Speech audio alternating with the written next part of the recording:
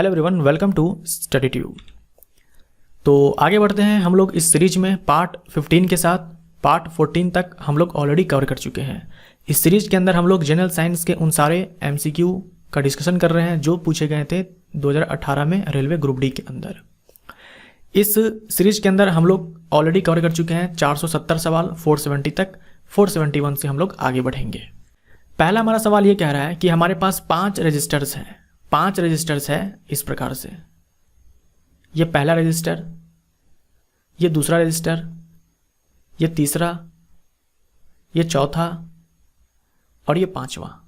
एक है 0.2 ओम का, एक है 0.3 ओम का, एक है 0.4 ओम का, एक है 0.5 ओम का और एक है 12 ओम का। बोला ये सारे लगे हुए श्रृंखला में, यानी कि श्रेणी क्रम में, श्रृंखला में यानी कि श्रेणी क्रम में, सीरीज कॉम्बिनेशन में, यानी कि ये सारे क्या होंगे, एक दूसरे से कनेक्टेड होंगे इस प्रकार से। और ये पांचों के पांचों 12 वोल्ट के बैटरी से कनेक्टेड है। 12 वोल्ट के बैटरी से कनेक्टेड है। इस बैटरी से क्या होगा, करंट निकलेगा। मान लेते हैं करंट आई है, तो हम सबसे पहले क्या करेंगे, यहाँ पर करंट का वैल्यू निकालेंगे। करंट का वैल्यू निकालेंगे, फॉर्मूला हम लगाएंगे यहाँ पर V इंटू में, V is equal to I into में R। यहाँ पर जो R होगा हमारा R नेट होगा, क्योंकि एक R तो है नहीं, कई सारे R है यहाँ पर तो कई सारे R है ना, ये R1, R2, R3, R4, R5। तो हम R नेट निकालेंगे, यानी कि R इक्विवेलेंट निकालेंगे, या फिर बोल दो समतुल्य प्रतिरोध निकालेंगे। और क्योंकि ये सारे के सारे श्रेणी क्रम में लगे हुए हैं, तो समतुल्य निकालने के लिए दिमाग तो लगाना नहीं है, सबको जोड़ देना है। यहाँ पर सबको जब हम जोड़ेंगे तो 2 3 5, 5 4 9, 9 5 14, यानी कि 1.4 और प्लस 12 13.4, 13.4 ओम, 13.4 ओम, ये हमारा समतुल्य प्रतिरोध आ गया। तो यहाँ पर V हमें मालूम है 12 वोल्ट है, I हमें चाहिए, और 13.4 में हमारा R नेट आ चुका है। यहाँ से I इज इक्वल टू हो जाएगा 12 बट्टे में 13.4। जब हम इसको सॉल्व करेंगे तो हमारा वैल्यू ये वाला आएगा 0.895। 0.895 हमसे बोला है कि 3 ओम, सॉरी 0.3 ओम वाला जो प्रतिरोध है वहाँ से करंट कितना पास होगा। तो एक चीज़ आप अपने माइंड में, दिमाग में बैठा लो कि जब प्रतिरोध श्रेणी क्रम में जुड़े होते हैं, जब प्रतिरोधक श्रेणी क्रम में जुड़े होते हैं, सीरीज में लगे होते हैं, तो सारे ही रजिस्टर से एक ही करंट फ्लो होगा। सारे ही रजिस्टर से एक ही करंट फ्लो होगा। मतलब यहाँ से करंट आई निकला, इस बैटरी से करंट आई निकला, तो यहाँ से भी आई जाएगा, यहाँ से भी आई जाएगा, यहाँ से भी आई जाएगा, यहाँ से भी आई जाएगा, यहाँ से भी आई जाएगा। आपको केवल उलझाने के लिए यहाँ पर 0.3 ओम दे रखा है, ताकि आप सोचने लगो कि 0.3 वाले से कितना जाएगा। सीरीज कॉम्बिनेशन में अगर लगे हुए हैं रजिस्टर, तो सारे से एक ही करंट जाएगा, यानी कि 0.3 वाले से या फिर 0.4 वाले से या फिर इनमें से किसी से भी पूछता, हमारा आंसर यही होता 0.895। बी हमारा राइट आंसर। अगर ये समानांतर क्रम में लगे होते हैं, अगर ये समानांतर क्रम में लगे होते हैं, तब ये करंट बट जाता, यानी यहाँ से जितना करंट निकला ना वो बट जाता। हर प्रतिरोधक के अंदर, हर रजिस्टर के अंदर ये करंट बढ़ जाता। तो वहाँ पर निकालना थोड़ा मुश्किल होता है, कठिन होता है। इसीलिए आपसे यहाँ पर बोला है कि ये श्रेणी क्रम में जुड़े हुए हैं, क्योंकि सेट करने वाले को भी मालूम होगा कि समानांतर क्रम में जोड़ेंगे तो कठिन हो जाएगा निकालना। किसी दर्पण की फोकस लंबाई यानी कि फोकल डिस्टेंस +15 है, तो यह है। मैं आपको पहले भी बता चुका हूँ कि अगर F हमारा पॉजिटिव है तो ये हमारा कॉन्वेक्स हो जाएगा, ये हमारा कॉन्वेक्स हो जाएगा। अब ये बात जो है ये लेंस के लिए भी सही है, ये बात लेंस के लिए भी सही है और मिरर के लिए भी सही है, दर्पण के लिए भी सही है। अगर F हमारा निगेटिव है तो ये कॉन्केव हो जाएगा, ये बात लेंस के लिए भी सही है और मिरर के लिए भी सही है। हमारा आंसर यहाँ पर उत्तल दर्पण हो जाएगा। अब बोल रखा है कि एक वस्तु है जो कि जमीन से 6 मीटर ऊपर है, यानी ये हमारा H है।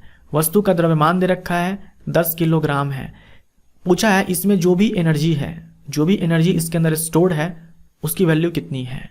तो जब वस्तु जमीन से किसी हाइट पर है, इसके पास एनर्जी कौन सी है, पोटेंशियल एनर्जी यानी कि स्थितिज ऊर्जा mgh। m का मान 10 है, g का मान 9.8 लेना है, h का मान 6 है। सॉल्व करके देखना 588 जूल आएगा। अब है तांबे का सापेक्षिक घनत्व निकालना। जहां तांबे का घनत्व दे रखा है कि इतना है और पानी का इतना है। मैंने आपको पिछले किसी वीडियो में बताया हुआ था कि जब भी आप किसी वस्तु का सापेक्षिक घनत्व निकालोगे तो ऊपर में लिखोगे उस वस्तु का घनत्व और नीचे में लिखोगे जिसके सापेक्ष में बोला गया है। यहाँ पर देखो पानी दे रखा है, यानी कि पानी के सापेक्ष में निकालना है तांबे का सापेक्षिक घनत्व। तो ऊपर में हम लिखेंगे तांबे का घनत्व जो कि है 8.9 इंटू में 10³ kg पर मीटर क्यूब, और नीचे में लिखेंगे पानी का kg पर मीटर क्यूब। देखो यहाँ पर दे रखा है पानी का घनत्व। अगर मान लो आपसे सवाल में पानी का घनत्व नहीं दिया होता, केवल तांबे का घनत्व देता और पूछता कि सापेक्षिक घनत्व कितना होगा, यानी कि रिलेटिव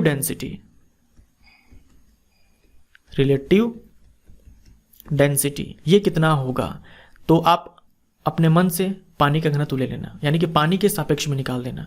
अगर पानी का दिया है तो ठीक है, अगर नहीं दिया है तो आप पानी के सापेक्ष में निकाल देंगे।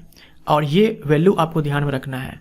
डेंसिटी ऑफ वाटर ये होता है 1000 किलोग्राम पर मीटर क्यूब या फिर 1 ग्राम पर सीसी। 1000 किलोग्राम पर मीटर क्यूब या फिर 1 ग्राम पर सीसी क्यूबिक सेंटीमीटर, ये वैल्यू आपको ध्यान में रखने होंगे। अब यहाँ देखो आप, ये यूनिट से यूनिट खत्म हो जाएगा, 10 से 10 खत्म हो जाएगा, सिंपली 8.9 आएगा। इसीलिए मैंने आपसे कहा था पिछले वीडियो में कि सापेक्षिक घनत्व का, रिलेटिव डेंसिटी का कोई यूनिट नहीं होता, ये यूनिट लेस होता है, यानी कि मात्रकहीन होता है। हमारा आंसर यहाँ पर सिंपली 8.9। जब एक एसिड धातु ऑक्साइड के साथ अभिक्रिया करता है तो उत्पादन के रूप में डैश और डैश बनता है। देखो धातु के जो ऑक्साइड होते हैं, यानी मेटल के जो ऑक्साइड होते हैं, ये बेसिक होते हैं, यानी कि क्षारीय होते हैं। मतलब हमारा जो यहाँ पर रिएक्शन पूछा गया है ये एसिड एंड बेस के अंदर पूछा गया है, तो ये क्या होता है, सॉल्ट बनेगा यहाँ पे, प्लस में क्या बनेगा, वाटर बनेगा। हमारा आंसर ए हो जाएगा, लवण एंड जल। संभारिकों में डैश की संख्या समान होती है।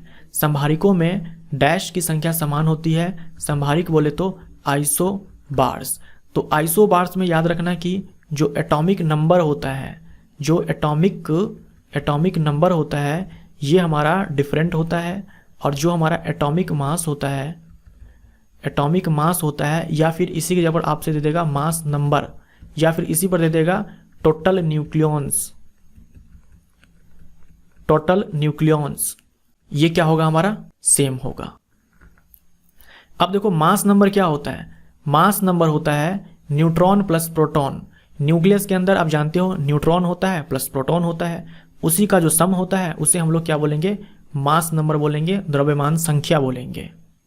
और इसी को हम लोग, ये जो न्यूट्रॉन प्लस प्रोटॉन है, इसी को हम लोग टोटल न्यूक्लियॉन्स बोलते हैं। न्यूक्लियनों की संख्या। न्यूक्लियन क्या होता है, न्यूक्लियस के अंदर, ये मान लो हमारा न्यूक्लियस है, ये न्यूक्लियस के बाहर एक शेल है जिसमें कि इलेक्ट्रॉन घूम रहा है। तो न्यूक्लियस के अंदर आप जानते होंगे कि न्यूट्रॉन होता है और प्रोटॉन सब होते हैं। तो ये जो न्यूट्रॉन है, ये जो प्रोटॉन है, इसे हम लोग न्यूक्लियन बोलते हैं क्योंकि ये न्यूक्लियस के अंदर है।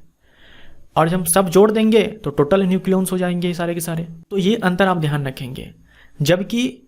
जबकि जो समस्थानिक होता है, जहां मैंने आपको बताया था क्लोरीन 35, क्लोरीन 37, ये 2 समस्थानिक हैं। यहाँ देखो ये भी क्लोरीन, यानी कि परमाणु संख्या यहाँ पर क्या होता है, बराबर होता है, लेकिन जो परमाणु द्रव्यमान होता है या फिर द्रव्यमान संख्या होता है ये अलग अलग होता है। अब यहाँ देखो संभारिक, 3 संभारिक है। आर्गन का ये एटम है, पोटेशियम का ये एटम है और कैल्शियम का ये एटम है।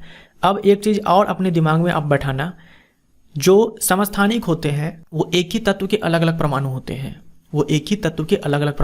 जैसे यहाँ देखो ना आप, क्लोरीन 35, क्लोरीन 37, दोनों तो क्लोरीन ही है ना। तो ये दोनों जो क्लोरीन तत्व है उसी के ये दोनों एटम्स हैं। लेकिन यहाँ संभारिक में देखो, ये आर्गन का एटम है, ये पोटेशियम का एटम है, ये कैल्शियम का एटम है। यानी संभारिक में अलग अलग परमाणु होते हैं, अलग अलग तत्व के। अलग अलग परमाणु होना तो तय है ना, क्योंकि अलग अलग परमाणु संख्या है। लेकिन न्यूक्लियस के अंदर जो प्रोटॉन प्लस न्यूट्रॉन है, यही द्रव्यमान संख्या होता है। देखो यहाँ भी 40 होगा, यहाँ भी 40 होगा, यहाँ भी 40 होगा। जैसे मान लो ये कोई एटम है, इसके नीचे लिखा जाता है परमाणु संख्या और इसके ऊपर लिखा जाता है द्रव्यमान संख्या। ये हो जाएगा हमारा द्रव्यमान संख्या। और जब हम इस ऊपर वाले में से नीचे वाले को घटा देंगे तो न्यूट्रॉन की संख्या हमें निकल करके आ जाएगा सामने, न्यूट्रॉन की संख्या। क्योंकि परमाणु संख्या बोले तो प्रोटॉन होता है और मास नंबर बोले तो न्यूट्रॉन प्लस प्रोटॉन होता है। तो जब हम ऊपर वाले में से नीचे वाले घटाएंगे तो ये पी कैंसिल आउट हो जाएगा, हमारे पास केवल न्यूट्रॉन का संख्या यहाँ पर बचेगा। तो अब देखो बोर्ड वाले ने विकल्प में क्या दे रखा है, नाभिक दे रखा है। नाभिक, अरे नाभिक का मतलब तो न्यूक्लियस होता है ना, नाभिक का मतलब तो न्यूक्लियस होता है, केंद्रक होता है। तो ये नाभिक नहीं होगा, इन लोगों ने तो हद ही कर दिया है। इतने सारे गलत सवाल, इतने सारे गलत विकल्प और आंसर भी बी टिक मारा है। नाभिक नहीं होगा, नाभिक का मतलब जानते होंगे कि न्यूक्लियस होता है, केंद्रक होता है। नाभिक ना होकर के क्या होना चाहिए यहाँ पर, न्यूक्लियन। नाभिक ना होकर के क्या होना चाहिए, न्यूक्लियॉन्स। न्यूक्लियॉन्स बोले तो neutron plus proton, total nucleons, neutron plus proton. ये जो न्यूक्लियस के अंदर का जो चीज है, टोटल संख्या, ये बराबर होना चाहिए। तो यहाँ पर नाभिक की जगह क्या होगा, न्यूक्लियॉन्स होगा। तो ये आप ध्यान में रखना कि सेम क्या होगा, एटॉमिक मास बोल दे, मास नंबर बोल दे, यानी कि द्रव्यमान बोल दे, द्रव्यमान संख्या बोल दे, या फिर टोटल न्यूक्लियॉन्स बोल दे, ये बराबर होगा। निम्नलिखित में से किसमें केवल परिमाण होता है, दिशा नहीं होता है। केवल परिमाण होगा, केवल मैग्नीट्यूड होगा, डायरेक्शन नहीं होगा, यानी कि वो स्केलर क्वांटिटी है। कौन सा क्वांटिटी है, स्केलर क्वांटिटी है, अदिश राशि है। संवेग हमारा सदिश राशि है, विस्थापन सदिश राशि है, वेक्टर क्वांटिटी है। कार्य हमारा स्केलर क्वांटिटी है, अदिश राशि है। बल हमारा वेक्टर क्वांटिटी है, सदिश राशि है। सी हमारा राइट आंसर। टेस्टोस्टेरोन जो कि एक नर सेक्स हार्मोन है, डैश से संश्लेषित होता है। टेस्टोस्टेरोन हार्मोन, देखो पुरुष के अंदर जो टेस्टिस होता है, पुरुष के अंदर जो टेस्टिस होता है, इसमें 3 तरह के सेल्स होते हैं। एक होता है जर्म सेल्स यानी कि जनन कोशिका, दूसरा सर्टोली सेल्स यानी कि सर्टोली कोशिकाएं, और एक होता है लेडिक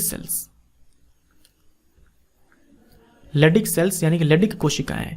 ये जो जर्म सेल्स होते हैं यही बनाते हैं स्पर्म, और इस स्पर्म को खाना पीना देने का काम करेगा कौन, ये सर्टोली सेल्स, यानी कि ये न्यूट्रिशन प्रोवाइड करवाएगा, पोषण प्रदान करवाएगा, ताकि ये जो स्पर्म है ये टेस्टिस के अंदर जिंदा रह सके। और ये जो लेडिक सेल्स होते हैं ये बनाते हैं टेस्टोस्टेरोन हार्मोन। टेस्टोस्टेरोन हार्मोन, यही हार्मोन जब मेल के बॉडी में बनता है तब जो उसकी आवाज़ है वो भारी हो जाती है, दाढ़ी निकल जाते हैं, मूछें निकल जाती है, ये सब। तो कई सारे बदलाव आते हैं इस हार्मोन के बनने के बाद। हमारा आंसर यहाँ पर क्या हो जाएगा, टेस्टिस हो जाएगा। और ये टेस्टिस होता किसके अंदर है, ये अगर टेस्टिस है तो ये टेस्टिस होगा स्क्रोटम के अंदर। ये टेस्टिस है और ये है स्क्रोटम जो यहाँ पर लिखा हुआ है अंडकोश। ये प्रोस्टेट ग्रंथि जो है, इसके बारे में आप क्या ध्यान रखेंगे कि ये जो हमारा प्रोस्टेट ग्रंथि है, प्रोस्टेट ग्लैंड है, ये जो मूत्राशय होता है, यूरिनरी ब्लैडर है, इसके नीचे होगा, और जो पेनिस होता है, जो लिंग होता है, इसके ऊपर होगा। कौन, प्रोस्टेट ग्लैंड। ये एलपी में पूछा जा चुका है कि जो मूत्राशय के नीचे होता है और लिंग के ऊपर होता है कौन सा ग्लैंड, प्रोस्टेट ग्लैंड, प्रोस्टेट ग्रंथि। और ये है सेमिनल वेसिकल ये भी ग्रंथि ही है।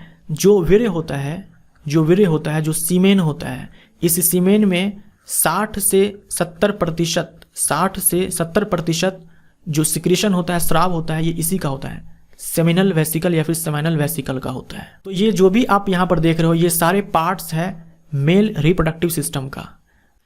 पौधों में डैश अवशोषण और ऊपरी गतिविधि में जड़ों से पत्तियों तक पानी और खनिज के साथ संचरण में मदद करता है।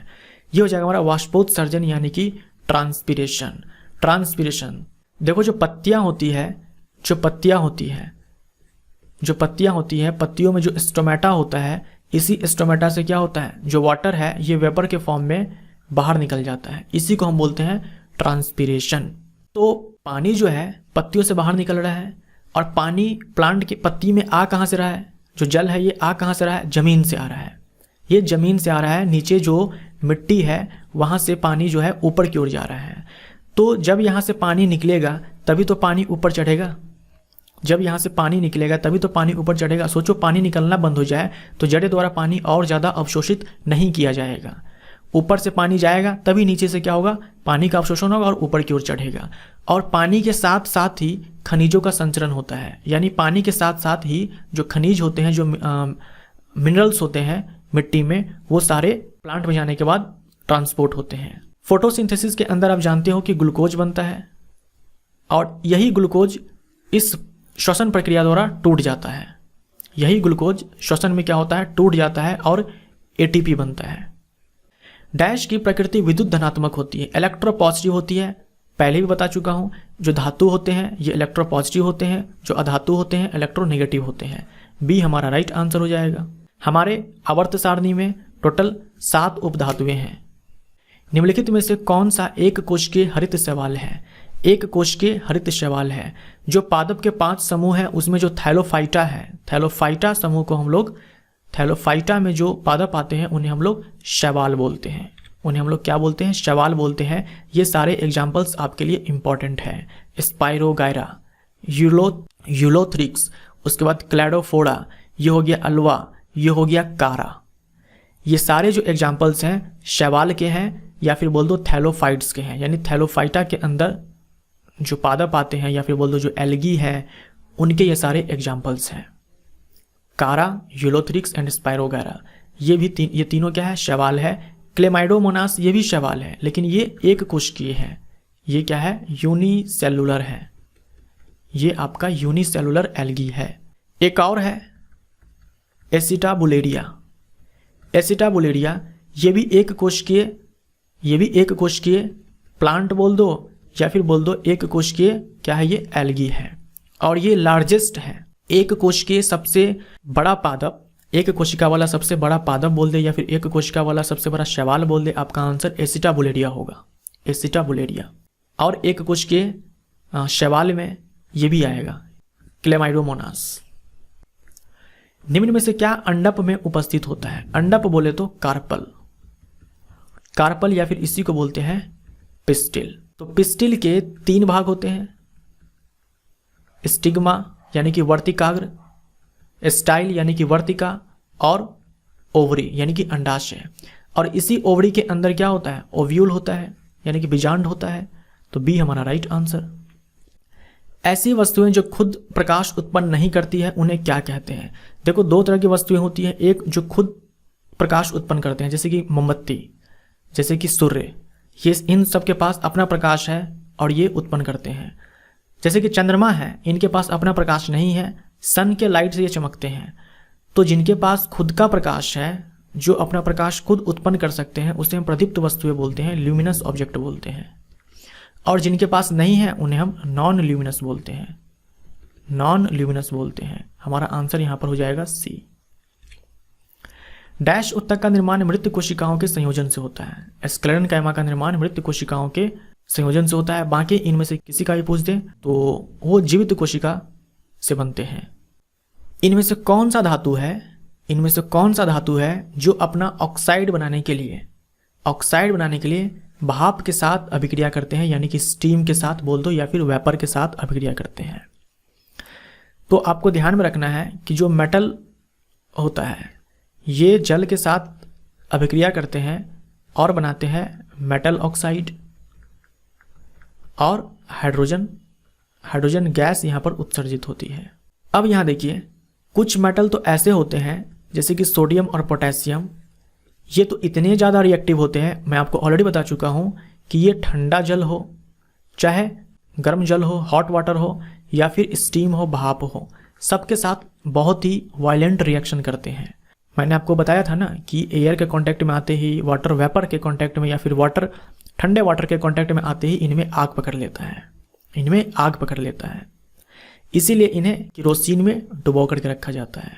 तो ये दोनों हमारा आंसर नहीं होगा। कैल्शियम देखो, कैल्शियम जो होता है ना, ये भी इन तीनों के साथ अभिक्रिया करते हैं, ठंडे जल के साथ भी, गर्म जल के साथ भी और भाप के साथ भी। लेकिन इनका जो अभिक्रिया होता है ये वायलेंट नहीं होता है, उग्र नहीं होता है, वायलेंट नहीं होता है। इन दोनों के केस में क्या होता है, यहाँ पर इतनी उष्माएं निकलती है, इतना ज़्यादा यहाँ पर हीट इवॉल्व होती है कि हाइड्रोजन में आग पकड़ लेता है। हाइड्रोजन आप जानते होंगे ये ज्वलनशील होता है, हाइड्रोजन ज्वलनशील होता है, इसमें आग पकड़ लेता है। यहाँ जब कैल्शियम के साथ अभिक्रिया होती है, उस समय जो हीट निकलती है ये उतना ज़्यादा नहीं होता कि हाइड्रोजन में आग पकड़ ले, इतना ज़्यादा नहीं होता कि हाइड्रोजन में आग पकड़ ले। याद रखिएगा, कैल्शियम के साथ जब अभिक्रिया होती है तो हाइड्रोजन के बबल्स बनते हैं, हाइड्रोजन के बबल्स बनते हैं। इन हाइड्रोजन के बबल्स बनने के कारण जो कैल्शियम है ये जल में फ्लोट करने लगता है, यानी कि तैरने लग जाता है। जो हमारा एल्यूमिनियम, जिंक और आयरन होता है, एल्यूमिनियम, जिंक, आयरन, ये ठंडे जल के साथ अभिक्रिया नहीं करते हैं, ना ही ये गर्म जल के साथ करते हैं। ये तीनों भाई साहब करते हैं सिर्फ वेपर के साथ, सिर्फ स्टीम के साथ, केवल वाष्प के साथ ये अभिक्रिया करते हैं। तो डी हमारा राइट आंसर हो जाएगा। और यहीं पर आप मैग्नीशियम की बात करो तो ये ठंडे जल के साथ तो नहीं करेगा, लेकिन हॉट वाटर के साथ करेगा, और जब हॉट के साथ करेगा तो स्टीम के साथ भी डेफिनेटली करेगा। वहीं आप अगर कॉपर ले लो, सिल्वर ले लो, ये गोल्ड ले लो, ये सब तो मतलब जल के साथ करते ही नहीं है, चाहे आप ठंडा, गर्म, भाप कुछ भी ले लो। निम्नलिखित में से किस तत्व में 3 संयोजी इलेक्ट्रॉन होते हैं? 3 वैलेंस इलेक्ट्रॉन होते हैं। वैलेंस इलेक्ट्रॉन कितना? 3। ग्रुप नंबर 13 के जो तत्व होते हैं ये कौन कौन से हैं? नहीं याद है तो याद कर लो। बैगन, आलू, गाजर, इन थैला, यानी कि बैगन, आलू, गाजर थैले में। Boron, aluminium, gallium, indium, thallium. तो ग्रुप नंबर 13 के जो तत्व होते हैं उनमें वैलेंस इलेक्ट्रॉन 3 होते हैं, संयोजी इलेक्ट्रॉन 3 होते हैं। ए हमारा राइट आंसर। मुक्त रूप से गिर रही किसी वस्तु की गति का उदाहरण है, ये हो जाएगा हमारा समान त्वरित गति। समान त्वरित गति यानी कि समान त्वरण। मुक्त रूप से बोले तो फ्री फॉल। तो जब कोई वस्तु फ्री फॉल में होता है, तो उसके ऊपर केवल एक ही बल काम कर रहा होता है, वो है ग्रेविटेशनल फोर्स। यानी कि इसमें जो त्वरण उत्पन्न होगा वो होगा एक्सेलेरेशन ड्यू टू ग्रेविटी, गुरुत्वीय त्वरण। गुरुत्वाकर्षण बल के कारण जो त्वरण उत्पन्न होता है उसी को गुरुत्वीय त्वरण बोलते हैं। तो केवल जी यहाँ पर काम करेगा। तो किसी भी पॉइंट पर उसका जो त्वरण होगा वो 9.8 ही होगा, 9.8 मीटर पर सेकंड स्क्वायर होगा। तो समान त्वरित हमारा हो जाएगा यहाँ पर आंसर। धारा प्रवाहित करने के लिए उपयोग किए जाने वाले तरल को कहा जाता है। तो धारा प्रवाहित करने वाले जो तरल होते हैं उसे हम लोग इलेक्ट्रोलाइट बोलते हैं। जैसे मान लो ये जल है, ये हमारा प्योर जल है। आप जानते होंगे जो प्योर जल होता है वो करंट को फ्लो नहीं करवाता है। अगर हम इसमें डाल दें NaCl डाल दें तो ये अंदर जाएगा और Na+ और क्लोरीन में टूट जाएगा, यानी कि Na+ और Cl- में टूट जाएगा। अब ये सारे जो आयंस होते हैं यही कंडक्ट करवाते हैं करंट को, क्या करवाते हैं? कंडक्ट करवाते हैं। तो तरल माध्यम में, द्रव माध्यम में धारा का प्रवाह जो होता है ये आयंस के कारण होता है। ये जो आयंस होते हैं ना इसमें प्रेजेंट, इसके कारण होता है। तो अब हमारा ये जो तरल है, ये जो सोल्यूशन है, ये हमारा इलेक्ट्रोलाइट कहलाएगा।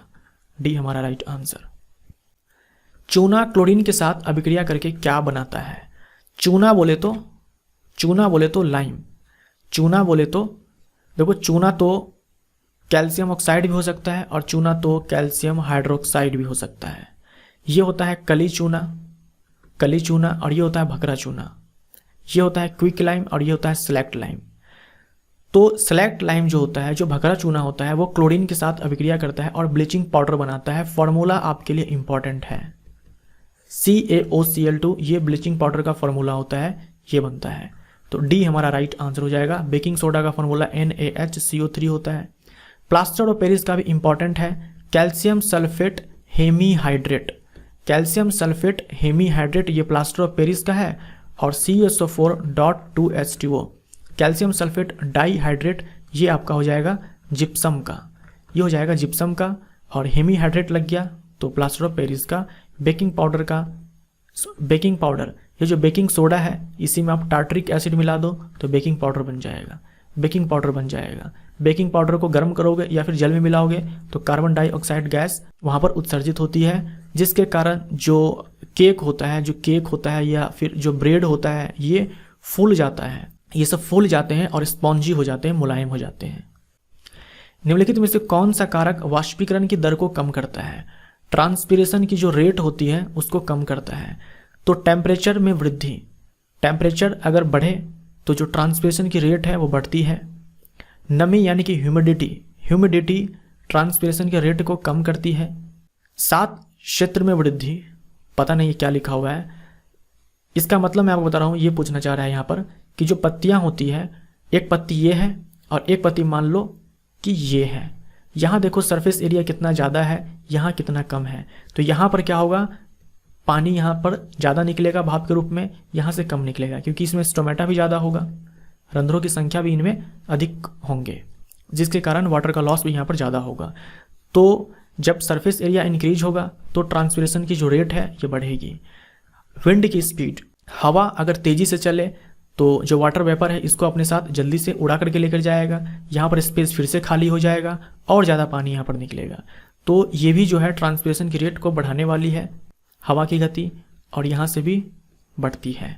केवल ह्यूमिडिटी है, ह्यूमिडिटी अगर वातावरण में पहले से पानी ज़्यादा होगा तो पत्तियों से पानी और ज़्यादा नहीं निकलने वाला है, तो ट्रांसपिरेशन की रेट यानी कि यहाँ पर घटती है। किसी दोलन द्वारा एक आयाम पूरा करने में लिया गया समय क्या कहलाता है? तो ये भी क्या है, ऊट पटांग सा सवाल है। सवाल क्या पूछ रहा है ये पता नहीं लग रहा है, फिर भी मैं आपको यहाँ पर बताना चाहूँगा कि ये पूछना क्या चाह रहा है। एक ऑसिलेशन पूरा करने में, एक ऑसिलेशन जो है इसको कंप्लीट करने में जो समय लगता है उसे हम क्या कहते हैं? उसे हम टाइम पीरियड कहते हैं, आवर्त कहते हैं। ये आपसे सवाल पूछा गया है कि एक दोलन पूरा करने में जो समय लगता है उसे हम आवर्त कहते हैं। जैसे आप यहाँ पर देखिए, ये पेंडुलम है, ये आपका बॉब हो गया। तो ये जो बॉब है ये एक बार ऐसे जाएगा, फिर ये ऐसे जाएगा, फिर यहाँ पर ये आएगा। अब इसका ये एक दोलन पूरा हो गया। मान लीजिए ये पूरा जो एक दोलन है ये 1 सेकंड में पूरा करता है, तो हम बोलेंगे इसका टाइम पीरियड 1 सेकंड है। तो एक दोलन पूरा करने में जो टाइम लगता है उसे हम बोलते हैं उसका आवर्त, टाइम पीरियड। और 1 सेकंड में ये जितना ऑसिलेशन कंप्लीट करेगा उसे हम उसका फ्रीक्वेंसी बोलेंगे। मान लीजिए एक ही सेकंड में 10 ऑसिलेशन पूरा कर लेता है, एक ही सेकंड में 10 दोलन पूरा करता है, तो हम बोलेंगे कि फ्रीक्वेंसी है 10 हर्ट्ज। कोई वस्तु 1 न्यूटन का बल लगाकर निर्दिष्ट दिशा में 1 मीटर की दूरी तय करती है तो किया गया कार्य क्या होगा? देखो, वस्तु पर जब 1 न्यूटन का बल लगे और बल की दिशा में वो 1 मीटर विस्थापित हो जाए, किसी वस्तु पर 1 न्यूटन का बल लगे और बल की दिशा में वो 1 मीटर विस्थापित हो जाए, तो जो कार्य होता है वो 1 जूल के बराबर होता है। ठीक है, वर्क बराबर क्या होता है? F इंटू में S होता है, वो भी तब जब बल की दिशा और विस्थापन की दिशा दोनों सेम हो। तो यहाँ पर बोला है निर्दिष्ट दिशा में, यानी कि उसी दिशा में। बल है हमारा 1 न्यूटन, विस्थापन भी है 1 मीटर, आंसर हमारा 1 जूल आ जाएगा। निम्नलिखित में से कौन सी निष्क्रिय गैस के बाहरी कक्ष में केवल 2 इलेक्ट्रॉन होते हैं?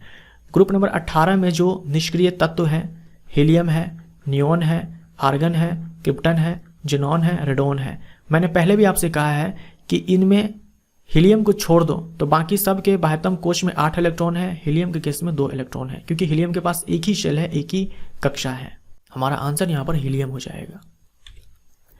फुलेरीन डैश का एक अपरूप है। फुलेरीन जिसके पास 60 कार्बन है, 660 हम इसे बोलते हैं। फुटबॉल की जैसी इसकी संरचना होती है, फुटबॉल की जैसी संरचना होती है, ये कार्बन का अपरूप है। दाब का एसआई मात्रक क्या होता है? पास्कल होता है दाब का एसआई मात्रक। न्यूटन ये बल का एसआई मात्रक है। डाइन ये बल का सीजीएस मात्रक है। और ये क्या हो जाए आपका? ये आपका हो जाएगा किलोग्राम मीटर पर सेकंड है, किलोग्राम मीटर पर सेकंड है। तो ये आपका द्रव्यमान हो गया, ये वेलोसिटी हो गया। तो ये जो है आपका संवेग का एसआई मात्रक है। कॉपर सल्फेट के विलयन में जिंक मिलाने पर, कॉपर सल्फेट का विलयन, मान लीजिए ये इसमें कोई विलयन है और ये कॉपर सल्फेट का विलयन है। कॉपर सल्फेट का विलयन ब्लू होता है, ये भी आप ध्यान में रख सकते हो। अब क्या है, इसमें जिंक को डाला गया। जब जिंक को डाला जाएगा तो पता है क्या होगा? ये जिंक कॉपर को भगा देगा, ये जिंक जो है कॉपर को भगा देगा, ये जिंक कॉपर को भगा देगा और अपना विलयन बना लेगा जिंक सल्फेट। लेकिन इसके हम ठीक उल्टा अगर करें, इसके अगर हम ठीक उल्टा करें कि इसमें मान लो जिंक सल्फेट का विलयन था और हमने इसमें कॉपर को डाला, तो पता है रिएक्शन ही नहीं होता। मतलब कॉपर जो है जिंक को नहीं भगा पाता, ये जिंक सल्फेट ही रहता। इसके पीछे कारण क्या है? इसके पीछे कारण ये है कि जो रिएक्टिविटी सीरीज होता है, जो धातुओं की क्रियाशीलता श्रेणी है, उसमें देखो जिंक ऊपर है, जिंक ऊपर है और कॉपर नीचे है। तो ऊपर वाला जो है विस्थापित कर देगा नीचे वाले को, ऊपर वाला नीचे वाले को विस्थापित कर देगा, जबकि नीचे वाला ऊपर वाले को विस्थापित नहीं कर पाएगा। तो जिंक ऊपर था, कॉपर सल्फेट नीचे था, कॉपर को भगा दिया और अपना सल्फेट बना लिया, तो जिंक सल्फेट बनता है, हमारा राइट आंसर हो जाएगा।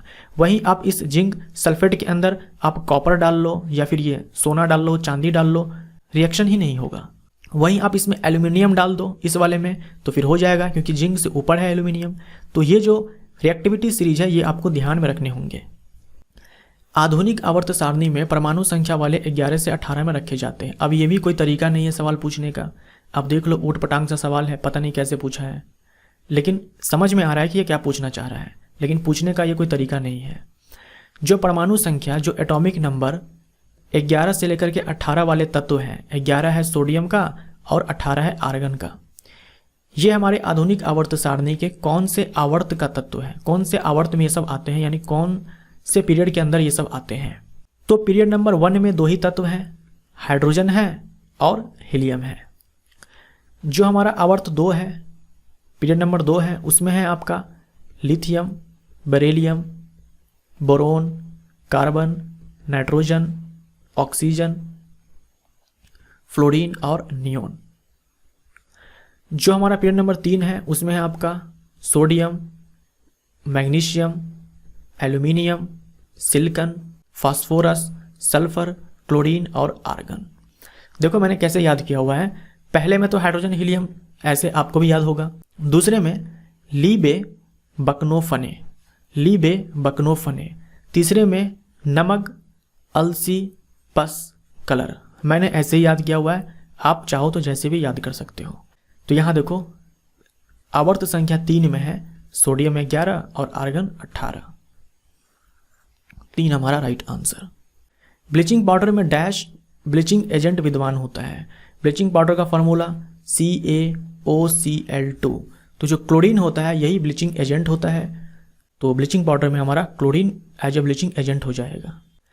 डैश एक हैलोजन है। हैलोजन कौन सा होता है, कौन से ग्रुप का तत्व है? हैलोजन ग्रुप नंबर 17 के तत्व को बोलते हैं। कौन कौन से तत्व आते हैं? फ्लोरीन है, क्लोरीन है, ब्रोमीन है, आयोडीन है, एसिटीन है, ये सारे क्या है? हैलोजन्स हैं। हमारा आंसर यहाँ पर क्या हो जाएगा?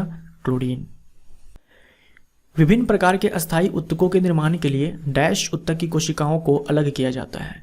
अब देखो ये भी ऊट पटांग सा सवाल पूछा गया है। ऊट पटांग सा इसलिए क्योंकि अलग किया जाता है का क्या मतलब है? अलग किया जाता है यहाँ पर नहीं होना चाहिए, यहाँ पर होना चाहिए विभेदीकरण। विभेदीकरण बोले तो डिफरेंशिएशन। हमारा आंसर यहाँ पर मेरिस्टेमेटिक हो जाएगा। देखो जो विभज्य उत्तक होते हैं जिसे हम लोग मेरिस्टेमेटिक टिश्यू बोलते हैं, उनकी जो कोशिकाएं होती है उनके पास क्षमता होती है कि वो तेज़ी से डिवाइड करें, यानी इनके जो सेल्स होते हैं वो काफ़ी फास्ट डिवाइड करते हैं, काफ़ी फास्ट डिवाइड करते हैं। जब विभेदीकरण हो जाएगा, जब डिफरेंशिएशन हो जाएगा, तब इन्हीं सेल्स के जो शेप होते हैं, इन्हीं सेल्स के जो साइज होते हैं, इन्हीं सेल्स के जो फंक्शंस होते हैं, ये सारे क्या होते हैं? परमानेंट हो जाते हैं। ये सारे क्या हो जाते हैं? परमानेंट हो जाते हैं। तब यही सारे सेल्स जो है मिल करके परमानेंट टिश्यू बनाते हैं, जैसे कि कोलोनकाइमा, पैरेन्काइमा, स्क्लेरेन्काइमा, ये सब। ये आपसे सवाल पूछना चाह रहा था। आंसर हमारा यहाँ पर डी हो जाएगा। तो ये हमारा पार्ट 15 यहाँ पर समाप्त होता है। मिलते हैं हम लोग अगले पार्ट में, पार्ट 16 में। Thank you so much.